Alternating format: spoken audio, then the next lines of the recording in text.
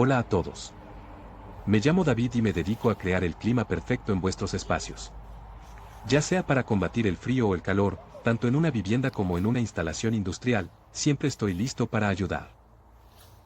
En este video hablaré sobre condensador evaporativo, ajustes que mejoran el confort sin disparar la factura en verano, y te mostraré exactamente qué parámetros tocar, porque afectan al rendimiento y cuánto puedes ahorrar si aplicas estos ajustes correctamente. Quédate hasta el final porque voy a dar ejemplos numéricos reales, una guía de puesta en marcha y criterios para priorizar intervenciones según coste y retorno.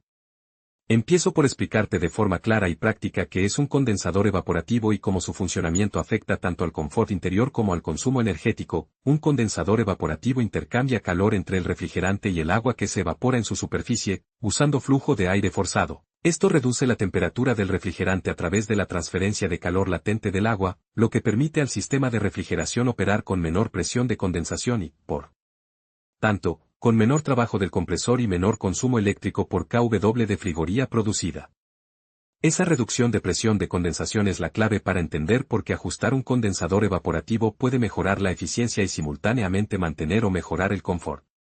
Para que todo esto sea operativo en un edificio o una instalación industrial hay que considerar varias variables interdependientes: temperatura de bulbo húmedo externa, temperatura de entrada de agua al condensador, caudal de aire proporcionado por los ventiladores, velocidad de la bomba que mueve el agua, calidad del agua y del relleno, y las estrategias de control que determinan set points de temperatura y de presión. Yo, desde la experiencia operativa, recomiendo siempre empezar por las mediciones. Sin datos no se puede optimizar de forma fiable. Mide la presión de condensación antes y después de ajustes, la temperatura de bulbo húmedo exterior, la temperatura del agua de entrada y salida del condensador, el consumo de energía de compresores y ventiladores, y la temperatura y humedad en zonas representativas del edificio. Una vez que tengas esa base, procede por fases para no generar riesgos ni pérdida de confort. En la fase 1 fíjate en el control básico de la bomba y ventilador. Si el equipo lo permite, ajusta la velocidad del ventilador mediante variador de frecuencia para adaptar el caudal de aire a la demanda real y a la temperatura de bulbo húmedo. Reducir la velocidad del ventilador en momentos de bulbo húmedo moderado disminuye consumo eléctrico del propio ventilador y, en muchas condiciones, mejora el coeficiente de transferencia de calor por mayor permanencia del aire en el relleno. Sin embargo, esto entra en conflicto con la necesidad de mantener suficiente flujo para evacuar el calor sensible. Por eso es clave usar controles proporcionales. Cuando la temperatura de salida de agua exceda el set point de condensación, incrementa el caudal de aire; cuando esté por debajo, reduce. Con un variador y una estrategia PID bien ajustada, se puede lograr una reducción de consumo del ventilador del 20 al 50% en muchas instalaciones en comparación con funcionamiento a velocidad fija, sin pérdida apreciable de capacidad frigorífica en la mayor parte del régimen estival. En la fase 2 optimiza la recirculación del agua y la gestión del bypass. La temperatura del agua de entrada al condensador es decisiva. Cuanto más fría llegue, más baja será la presión de condensación alcanzable. Esto se controla con la bomba, con válvulas de mezcla y con la programación de Blaudón y llenado. Un frecuente error es mantener la bomba a máxima velocidad permanentemente, lo que genera consumo innecesario y un flujo turbulento que no siempre mejora la evaporación efectiva. Ajusta la curva de la bomba para que entregue el caudal necesario para cubrir la demanda térmica y para mantener una velocidad adecuada en el relleno. En equipos con regulación automática, utiliza set points dinámicos que consideren la temperatura de bulbo húmedo exterior. En condiciones de bulbo húmedo bajo, baja el caudal de recirculación y el de ventilación. En condiciones de bulbo húmedo alto, prioriza mantener el caudal y la ventilación para no perder capacidad. Una intervención de gran impacto, que muchas instalaciones pasan por alto, es la optimización del set point de presión de condensación o del set point de temperatura de salida del refrigerante. Si el sistema mantiene una presión de condensación artificialmente baja todo el tiempo, el compresor puede funcionar con mayor eficiencia pero a costa de un consumo de agua y de bombeo innecesario. Si la presión está demasiado alta, el compresor trabajará de más y subirá la factura. Yo aplico una lógica de set point variable según la demanda. Durante horas punta de calor ajusto el set point para priorizar confort y evito dejar la presión a mínimo si la diferencia de consumo no compensa el uso de agua y bombeo. Durante horas intermedias, dejo que el condensador opere con un set point más agresivo para ahorrar energía. Para calibrar esto recomiendo realizar mediciones antes y después con registros de al menos una semana para cubrir variaciones climáticas. El tratamiento de agua y el mantenimiento del relleno del condensador evaporativo son otro capítulo crucial. Las incrustaciones, biofilm y obstrucciones en el relleno incrementan la caída de presión y reducen la eficacia del intercambio térmico, lo que se traduce en mayor presión de condensación y mayor consumo del compresor. Yo reviso semanalmente la calidad del agua, programo un Blaudón automático basado en conductividad y mantengo una frecuencia de limpieza del relleno acorde al tipo de agua local. Explico brevemente por qué esto impacta la factura. Una capa mínima de incrustación puede aumentar la resistencia térmica y elevar la presión de condensación varios sí, lo que incrementa el consumo del compresor en porcentajes notables. En instalaciones que no realizan mantenimiento riguroso, las pérdidas energéticas por incrustaciones y biofilm pueden superar el 10 a 15% del consumo de refrigeración. La química del agua importa, controlar el pH, ajustar los inhibidores de incrustación y biocidas, y mantener ciclos de concentración adecuados reducen la frecuencia de limpiezas mayores y prolongan la vida útil del relleno y de los materiales. No recomiendo cambios de tratamiento sin análisis previos, porque algunos biocidas pueden dañar elastómeros o metales si se sobredosifican.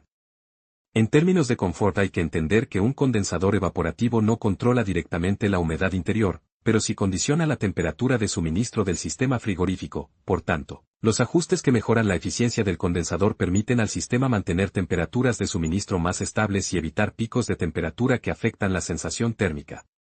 Yo busco mantener la temperatura de impulsión dentro de rangos que permitan al sistema de climatización cumplir los setpoints interiores con margen, evitando que el compresor tenga que hacer ciclos cortos que además de derrochar energía acortan su vida útil.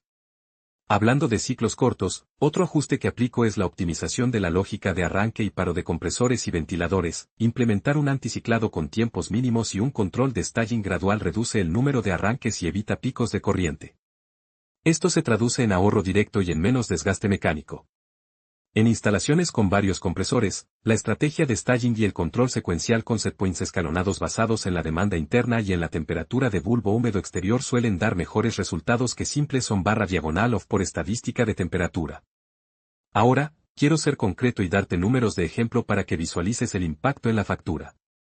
Imagina un sistema con compresor que consume 100 kilovatios en condiciones base y ventilador que consume 20 kilovatios. Supongamos que con mantenimiento deficiente y ventiladores a velocidad fija, la presión de condensación es 2 bar mayor que la ideal, lo que provoca un aumento del consumo del compresor del 10%. Eso significa 10 kilovatios extra en el compresor, y si la instalación funciona 12 horas diarias durante 90 días de verano, esos 10 kilovatios suponen 10 kilovatios por 12H por 90 días igual a 10.800 kilovatios hora extra. Si pagas 0,15 euros/diagonal kWh, esos son unos 620 euros solo por ineficiencia de condensación. Si con variador en los ventiladores y correcto tratamiento de agua reduces ese sobreconsumo a la mitad, recuperas la inversión del variador en relativamente poco tiempo, dependiendo del coste del equipo. Otro cálculo útil es el del agua y bombeo. Muchas instalaciones gastan agua innecesaria cuando el Blaudón o los ciclos de concentración están mal calibrados. Ajustar ciclos de concentración para minimizar consumo de agua, sin causar incrustaciones, reduce gastos de suministro y de tratamiento. Además, instalar un sistema de control que optimice Blaudón según conductividad y uso real de agua permite ahorrar agua y reducir costes operativos. Desde la perspectiva de implementación, te recomiendo priorizar las intervenciones con mayor ROI y menor riesgo, primero mediciones y diagnóstico, luego ajustes de control básicos en ventiladores y bombas, después tratamiento y limpieza del relleno y finalmente inversiones en variadores y automatización avanzada. En equipos con más de 10 años de antigüedad suele compensar cambiar el relleno por uno de mayor eficiencia y menor caída de presión, o modernizar los ventiladores por modelos con mejor rendimiento aerodinámico. No obstante, siempre hago un análisis de coste-beneficio porque no todos los cambios justifican la inversión inmediata, a veces una limpieza profunda y una recalibración del control ofrecen la mayor parte del beneficio por una fracción del coste. Un aspecto que quiero cubrir y que genera mucha inquietud es la relación confort-humedad. Al mejorar la eficiencia del condensador evaporativo y bajar la temperatura de suministro, puede aparecer la sensación de aire más frío y seco en instalaciones que combinan refrigeración y tratamiento de aire. En sistemas con manejo de humedad crítica es importante coordinar la operación del condensador evaporativo con la gestión de la humedad interior, porque bajar la temperatura de suministro también puede aumentar la deshumidificación en los coils y afectar al confort si no se controla correctamente. Aquí la mejor práctica que yo aplico es usar setpoints de temperatura de suministro que integren limitaciones de humedad relativa y un control por demanda que priorice condiciones interiores según ocupación y uso de espacios. Si el edificio tiene sensores de humedad y temperatura en zonas críticas, puedes implementar un reset de setpoints que permita al condensador operar con menor agresividad cuando la humedad ya esté cerca del límite inferior de confort. Otro punto crítico es la integración con sistemas de gestión de energía y con la programación horaria, ajustar los setpoints del condensador según tarifas eléctricas, periodos punta y valle, y según ocupación puede generar ahorros significativos. Por ejemplo, aumentar ligeramente el setpoint de condensación en las horas punta donde la tarifa es alta y compensar con mayor capacidad fuera de punta puede ser rentable si el sistema dispone de inercia térmica o de salas con tolerancia. Si gestionas edificios con ocupación variable, sincronizar la operación del condensador con horarios y con la puesta en marcha escalonada de equipos reduce picos de demanda y coste. En cuanto a control avanzado, la implementación de algoritmos de reset por condiciones climáticas, control predictivo basado en pronóstico de bulbo húmedo y temperatura exterior, y la utilización de secuencias de control que anticipen cambios de demanda suelen ofrecer beneficios adicionales. Yo utilizo modelos simples de predicción para ajustar setpoints de condensación con horizonte de 2 a 6 horas, lo que permite reducir los picos del compresor y repartir la carga. Para instalaciones más grandes, la implementación de control predictivo basado en Machine Learning puede optimizar el uso de varios condensadores y compresores, pero esto requiere inversión y datos confiables. En todo caso, antes de automatizar decisiones complejas, asegúrate de que los sensores estén calibrados y que la señal de control sea consistente.